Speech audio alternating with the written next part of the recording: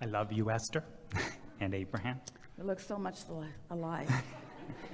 Jerry used to say, "Should wear a sign." And then he realized there was enough difference between Esther and Abraham, the sign was not really necessary.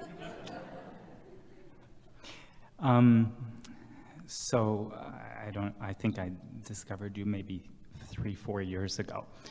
And it's had such a profound impact on my life, on my business, just in terms of ease and I say like an effortlessness. So a number of questions, but one of them that I'm grappling with right now, like in my life, and since I've discovered you, I've really been in a way where, like in my business, I just attract it. And so people say to me, well, but what's your plan? Because I do well. And so they say, well, what's your marketing plan, or how do you do it? And I'm somewhat embarrassed to say, well, I don't have a plan. Embarrassed because? Because I should. Because you're not, because you need more justification for your success to satisfy those who need to justify success? Yeah, and it's a little bit like I come from the corporate world, and so, and what I do is... We're from heaven. But so I come from the corporate world, and I'm an executive coach, so I'm coaching executives, and I know, you should have kind of plans and strategies and all of that. So if you ask me about my business, it's I don't. And how I build my business is, well, I attract it. And so for a while, this was like, this is odd, right? But it's odd, yet it works. And so what I decided is I need a practice, some kind of practice. And ultimately what I did is I began an attraction journal where I would record every time I'd get an email, or the phone would ring, or someone would refer somebody, introduce me to somebody that would relate to business, so that I could notice and appreciate every one of those things. The key to the success of that process that you've discovered is in the appreciation. It's because in the appreciation, you're acknowledging the vibrational resonance, the vibrational integrity of what you're doing. So that's a key part. In other words, just keeping the journal in a sort of attitude of justification would actually backfire. Got it. But as you are noting and in your noticing and in your recording and in your appreciating, appreciation is the most important part, you are actually practicing the vibration of success. So when someone says to you, well, what's your strategy? You say, well, success comes to all of us. I'm just good at noticing it. And when I see it, even if it is a small version of a bigger picture that I'm wanting, I notice it and I practice the feeling of appreciation within it. And then I'm noticing, you could say, that law of attraction, if they're ready for those words. If not, you could use the word momentum, that there is a momentum that responds to whatever I'm feeling. So if I'm focusing with appreciation on something that feels good to me, it always becomes more. You could say, if they want a label of who you are, what do you do? What is your strategy? What is your plan? You could say,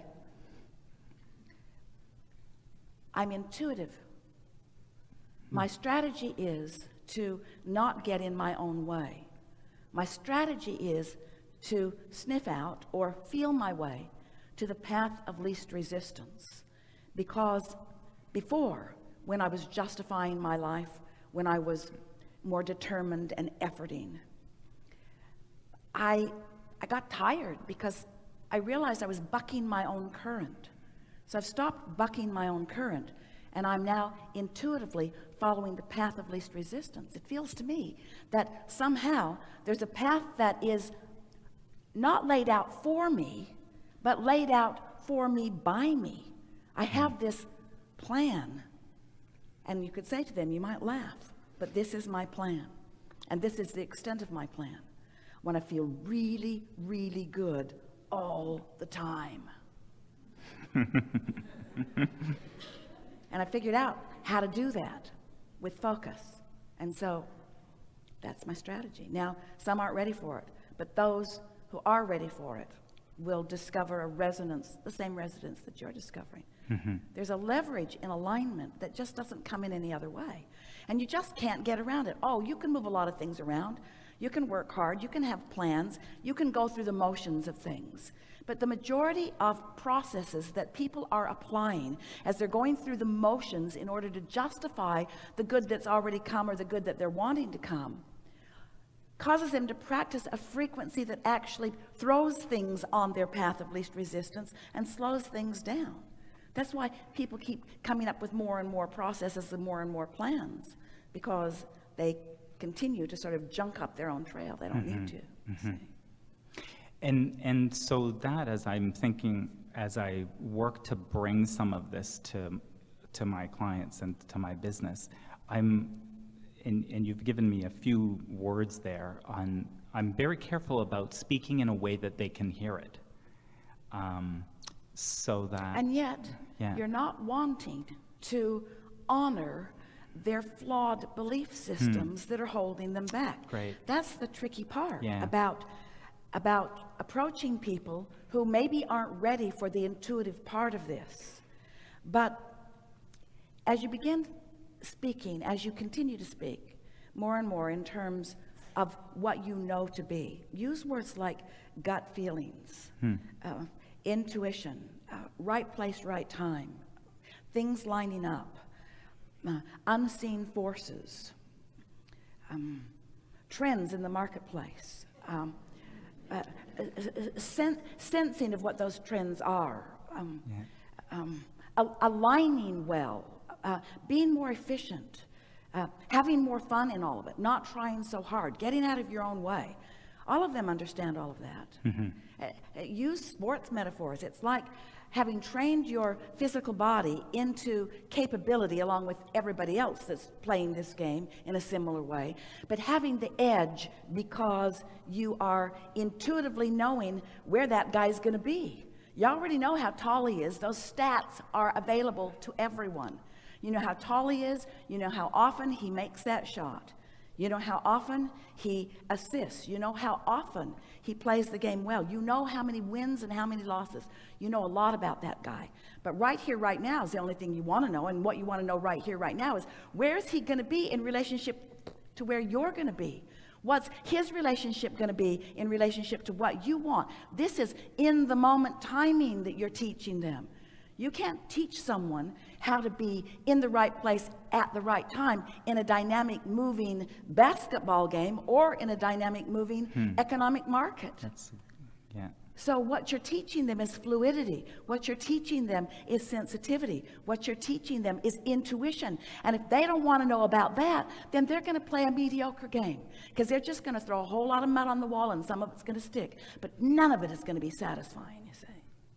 God, that sports analogy is so much about being present, not planning. Right here, right now. Yeah, right now. In relationship to everything else that's moving around. Yeah. Because this is for sure, and how many of your clients are ready to hear this from you? You will know. But this is for sure.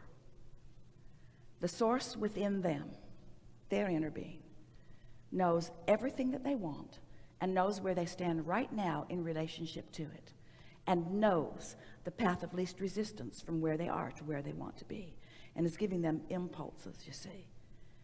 If you want to help them, you've got to teach them to feel the impulse and to respond to it. And until they start feeling one and following it and seeing where it leads, they're not going to know if the impulse is coming from connection or if it's coming from fear, if it's coming from desire or if it's coming from belief, if it's coming from something wanted or if it's coming from an awareness of wanting to guard against something unwanted. You have to play this game with the knowledge that you can provide for them before you can be the intuitive, in the right place, at the right time, having a good time, being that you were all born to be. You see? Yeah. Isn't Isn't it fun? It is. Isn't it fun and when you think about it, would you like it to be any other way? Really, you say you would, but you don't. Well, sometimes you feel like you want to say, all right, everybody just stand still and let me get a beat on where you are. Just stand still, let me think about it. Like the sports announcers, they freeze the frame and then they draw on the picture. And Esther thinks, anybody can do that. Turn it back on and figure it out, smart guy. In other words, you got to be in the game. You got to be in the game. And you got to care about